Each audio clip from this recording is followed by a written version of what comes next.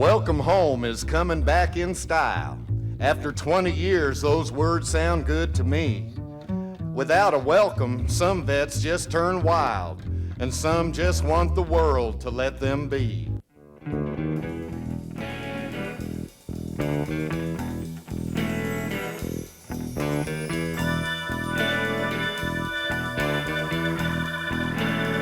Well, people think we're crazy just 'cause we made it back alive. Yeah, people think we're crazy 'cause we made it back alive. Well, that really wasn't my fault. The whole damn time I thought I'd die. Looky here. We'd be walking through the jungle, always looking side to side. Yeah, we'd be walking through the jungle, steady looking side to side. Vietnam was the same thing. A joke. I don't know nothing good happened over there. Not too much. I'm era. I'm not Vietnam. I'm era. Shitload of us out there, man. They get fucked over by everybody. I got 2 discharges. You want a story? I'll give you one.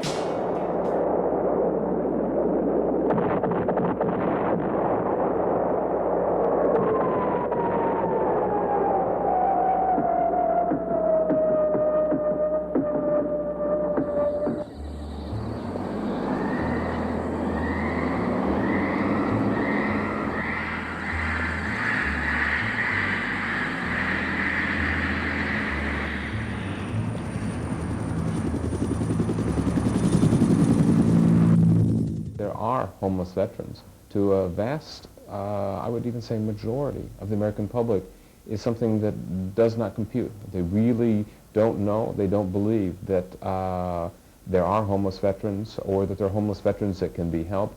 They may see a person who's waving a sign saying homeless Vietnam veteran, and they'll think that that may be a mentally ill type person, or it's an aberration. It's very unusual. The idea that tonight there are 250,000 men and women who served in the American forces who are without a home is just not been communicated. The homeless veteran is probably 97% high school graduates. About a third of them are people who have had some college. An average age is probably in the mid-40s, primarily male, disproportionately people of color. Disproportionately, they're combat veterans. You can be very energetic, you can be very focused on your goals, and there can be people, circumstances that will overwhelm you, and I think that happens a lot of time with veterans, and the end result is they end up on the street. I've been to this school and I've been to this school, and you know, I'm not getting anywhere. I'm just spinning my wheels. I'm learning all this shit, but I'm not getting anywhere with it, you know. So I just sort of gave up and drifted for a while. Well, things was okay for a while. I was in school for a while, and I dropped out of school, worked for a while, and it looked like things, you know, just one thing led to another, and off and on jobs, and in and out of school, and in and out of relationships, and, you know, before you know it, I wound up here on the street. And so by this time, I was really getting depressed and disillusioned, and I started wallowing in my misery, and I was just falling down and down and down, you know. It was like I'm at the bottom of a deep hole trying to climb out of it, you know. So getting jobs is not the issue. It's being able to retain jobs or being able to stay focused on a goal, because it's so easy to get frustrated because it becomes insignificant. You know, I've already been through the worst in life. What else can you do? You know, What else can you do to me? So by this time I started just saying, oh, to hell with it. I had a lot of stress from my military experience, trying to cope with that, you know, plus life. A year ago I came to the shelter here, the Marine shelter. And I spent most of my life, I spent almost 30 years as a welder working for different companies, but mostly 22 years in one company, high-tech welding. I did that not so much because I wanted to, but because I had to. I had a family. I had to raise my family. I did the best I could raising my family. But I've also had a substance abuse problem over the years. I'm an alcoholic. And I found myself eventually homeless. We returned to a world that didn't want to hear our stories, and we didn't want to tell our stories, that we were not welcomed as a unit. We each came home individually, one at a time, to a society that, whether they were for the war or against the war, still didn't want to hear about the war. I mean, after all, we lost. You know, after all, the people who are on the other side are now running the country, and this is something in the whole history of the United States have never experienced before, being on the losing side of a war. And so the Vietnam veteran, for many reasons, didn't have a local support. They didn't have other veterans to talk to. They had a society where it was not only understood, but it was even blatantly said, don't put the fact that you're a veteran or a Vietnam veteran on your resume. You'll never get a job. I don't enjoy being homeless. I don't enjoy living in this environment all the time. But I enjoy sort of working in it. What I'm doing right now is basically as a security guard here. That's really not what I want to do either. But it gives me a chance to work with the guys.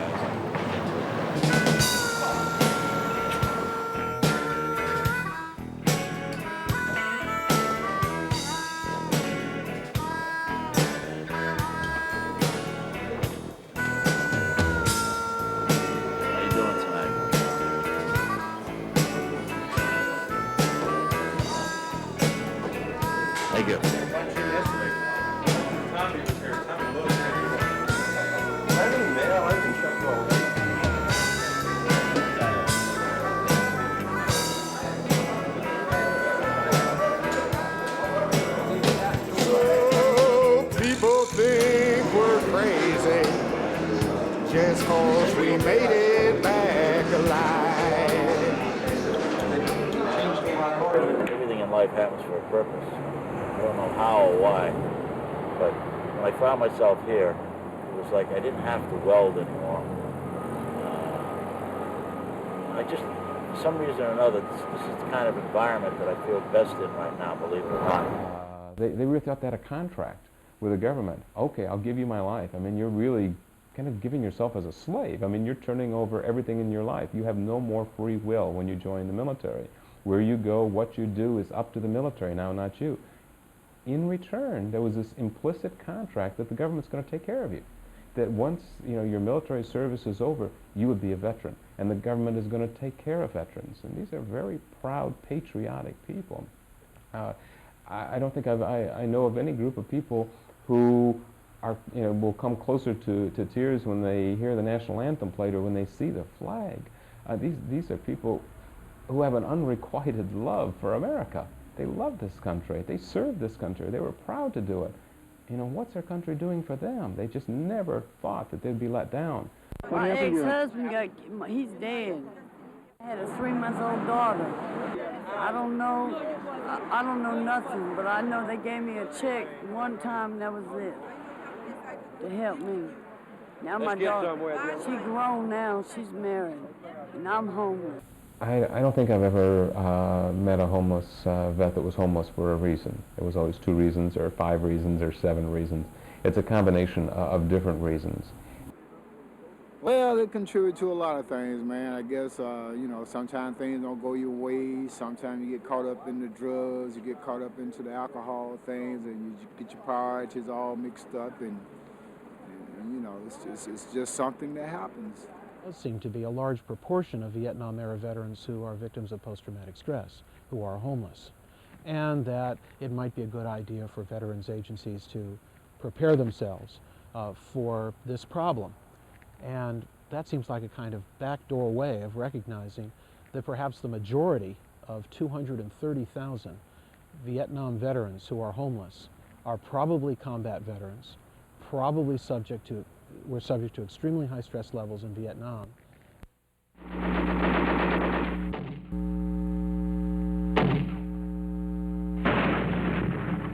PTSD is it's basically an illness that a lot of guys suffered in Vietnam, and they're identifying it more and more with any conflict today. It's called post-traumatic stress disorder, PTSD. A lot of guys came home from Vietnam, they carried the horror of that war right back here with them. When they checked out of the military and they dropped off their weapons and their uniforms, they didn't leave the thoughts and the memories behind. And a lot of them carried through. They suffer from that today. It's a flashback type thing. I mean, they can be fine one day and the next day you just don't know. They're back in the jungles fighting the war all over again. Lieutenant, he might say, well, hey, you going to hold. That's my order.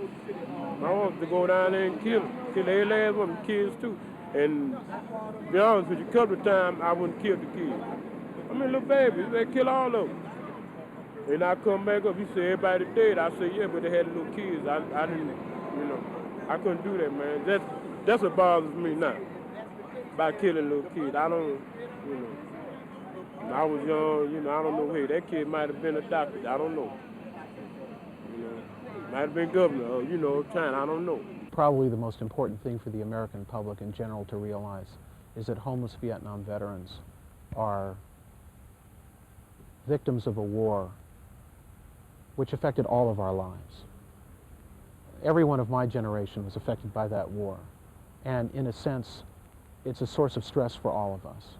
Some of us have tried to put it behind us. But in a way, it's dodging responsibility for those who can't.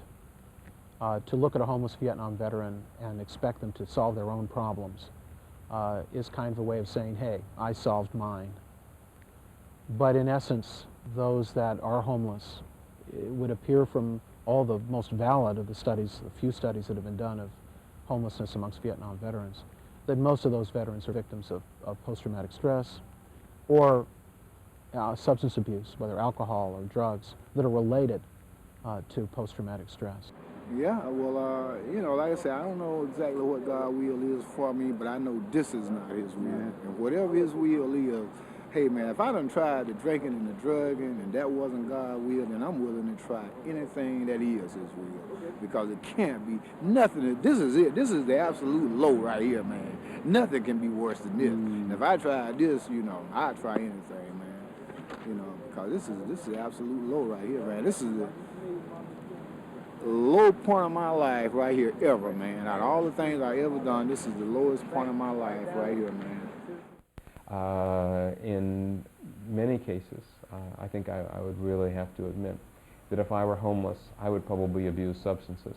If I had lost my wife and lost my job and lost my house and lost my car, if I was out on the streets and somebody had a bottle of fortified wine or a hit of crack, I'd probably take it. You know, it is a way of escaping that reality. And other people often tell me how bad I'm hurting my loved ones, how bad I'm hurting my family, but they fail to realize I'm hurting myself, man. You know, I'm hurting, you know, and until I can do something for me, until I can stop my hurting, I can't stop nobody else's hurting, you know. They always seem like they fail to realize that. You know, you're hurting your wife, you're hurting your children, you're hurting your mom, you're hurting your father. What about me? I'm hurting. You know, it seems like they always fail to realize. You know, plus it takes my mother through some changes, man. You know, my mother 82, my father hitting 90. They've been married about 69, almost 70 years. They've been married a long time, and when they see me upset, they get upset. See, so that's why I say I come here. You know, I'm gonna see, you know, what happens. That rage can come back very readily in people who have been in these circumstances, and in particular in veterans whose experience in war included being berserk, which is to say totally losing all thought for one's own safety, losing any responsiveness to pain at all. That's why I come down here to cool out. I ain't wanna jump on my wife, because sometimes I snap like that. Like, that's why I hang around my own kind, veterans, because they know. They're like him. Me and him sit down and we read the Bible, man. The guy might come here and start some shit, and I'll be ready to jump on him, and he'll pull me back. You know, he say, man, you leave this man alone. I said, I still got that killing instinct in me. Believe me, it ain't going nowhere. And Vietnam is something that's always with me. I mean, it is always there. Everything that I do, no matter how I try to turn it off, turn away from it. All of us have to deal with negative experiences in our lives. Some of us are able to sustain ourselves in our lives, in a livelihood, and remain productive. But there's a level of stress that will break almost all of us. And before we judge those veterans who are homeless, we should try to think perhaps they were subject to that level of breaking stress that we never had to experience, and therefore are even more worthy of our support because they have experienced something we haven't. And we shouldn't be so smug in our confidence that people who don't have a job don't want one, and realize that a lot of these men and women don't want to be homeless. No, well, okay, I went home last night to my sister. But like I said, you know, like sometimes I might go to Atlanta Hotel. I got a friend of mine up there. He got a room up there. I might stay over there about 2-3 days, and I might go to my sister's house, stay 2-3 days, and, you know, when my little money come, I go, you know, I get me a little room somewhere, you know, for a week or two, you know. It's just I like to be by myself sometimes, you know. I don't like to be around a lot of people. I mean, it ain't the point of people, just when I think.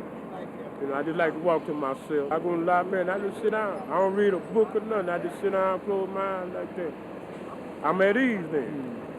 When I leave the library, right, you know, my mind refreshed, my body refreshed. Then I come out, I sit down, I holler at the fellas, whatever. I'm all right. All right. We're in business. We're cooking with jet fuel now. That's yours.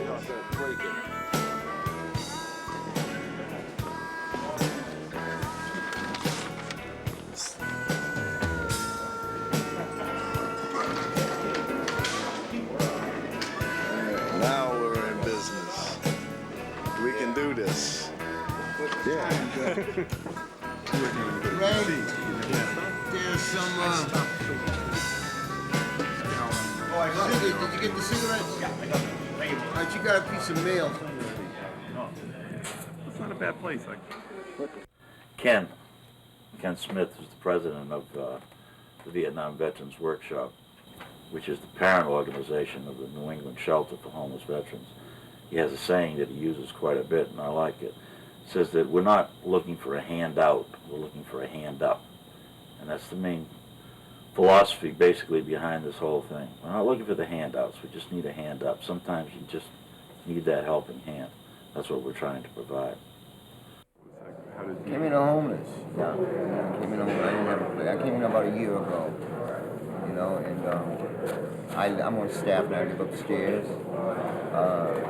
This place has been a great help to me. So, you know, I waited a while and started doing some volunteer work, and so they put me on staff. 90% of the guys that work here came through the doors in need of help.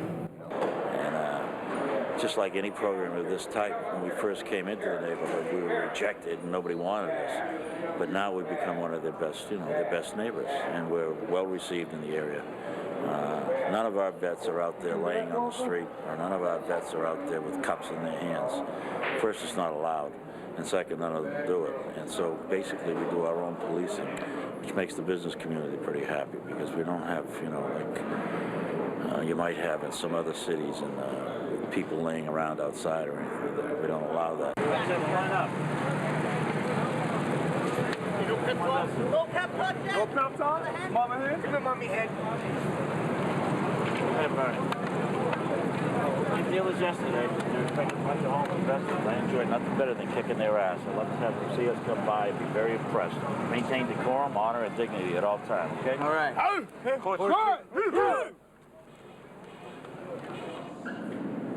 We're dogs of war. We're warriors. There's a difference between a warrior and a war. Wars are started by politicians because they can't get their head out of their ass. Then they call us up and we take care of business. And we fight the enemy. And we honor our enemy. Because we're warriors. And we always will be. From now until the day you die. Detail. Raise your hand.